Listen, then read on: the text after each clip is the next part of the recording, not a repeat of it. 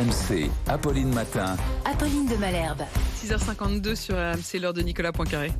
Le portrait du jour. Le portrait du jour, Nicolas, c'est celui de Lamia El Harraj. Elle est ancienne députée socialiste de Paris. Elle a été écartée de l'accord de la nouvelle Union populaire au profit de Daniel Simonet de la France Insoumise. Et elle le vit très mal, Lamia El Harraj. Elle a appris avec stupéfaction qu'elle n'était pas la candidate investie par la gauche dans la 15e circonscription de Paris, qui est la seule détenue par le Parti socialiste. Alors elle ne compte pas en rester là. Soit une autre circonscription parisienne lui est trouvée, soit Daniel Simonet migre elle-même vers une circonscription voisine, soit Lamia El Harraj se présentera en candidate dissidente. Lionel Jospin s'est déplacé lui-même hier pour lui apporter son soutien.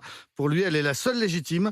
L'ancien Premier ministre parle de son parcours républicain exemplaire, celui d'une jeune femme de 35 ans, née au Maroc, devenue docteur en pharmacie, puis juriste spécialiste dans le droit de la santé. Elle a été élue conseillère d'arrondissement à Paris au municipal en 2014, elle avait 28 ans, puis députée de Paris l'an dernier, en 2021, après la démission de Georges-Paul Langevin. Elle a aussi été porte-parole d'Anne Hidalgo pendant la présidentielle. Anne Hidalgo qui est furieuse, elle considère que l'éviction de sa protégée est une véritable déclaration de guerre. La France Insoumise fait valoir que Lamia El Harraj n'est pas véritablement la députée sortante. Ce qui est vrai, puisqu'elle avait été élue en juin dernier lors d'une législative partielle, en battant au deuxième tour Daniel Simonet, justement, ce qui lui donne une légitimité certaine, spécialement face à Daniel Simonet. Mais en janvier dernier, le Conseil constitutionnel a annulé cette élection à cause d'une histoire invraisemblable, un imposteur qui s'était présenté sous un faux nom, avec un faux suppléant et avec une fausse investiture de la République En Marche. Sa candidature avait quand même été retenue, ce qui paraît assez incroyable, et il avait obtenu 4% des suffrages.